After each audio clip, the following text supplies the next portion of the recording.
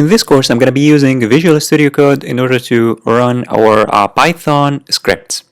And in order to run Python scripts in Visual Studio Code, you need to download and install an extension. If you click here on the extensions and then search for Python, you'll find many extensions. And the best extension is this one, the extension that is provided by Microsoft. As you can see, this one.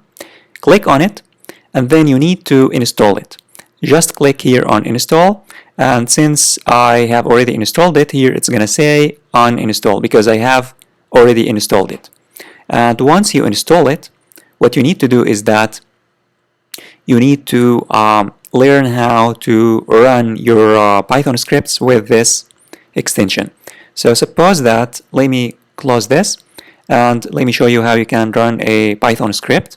Suppose that we have a Python script. Let me create here a Python file, and then I'm going to create here a new file. I'm going to click on file and then new file, and then it's going to be just text editor, and then I'm going to save it as, I'm going to save it on my desktop, and I'm going to save it as test.py. This is very important. You need to add the extension py, and I'm going to save it on my desktop, and then I'm going to click on save.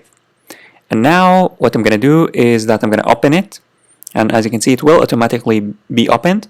And I'm going to just type a simple Python script here, just print the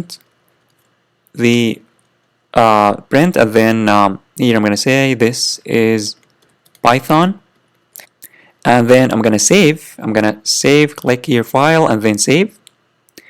And by the way, you can install also PyLint if you wish. You can click on install.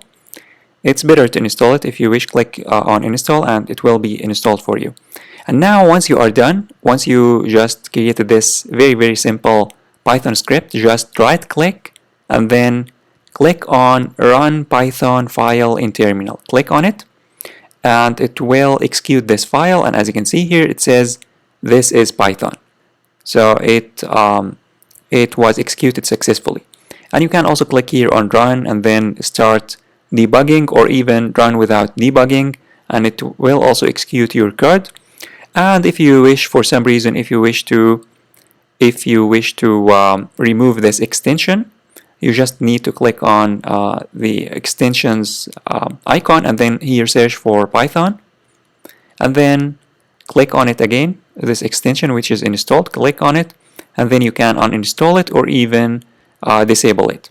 And again, you can download PyLint. You can click here on install and it will start installing.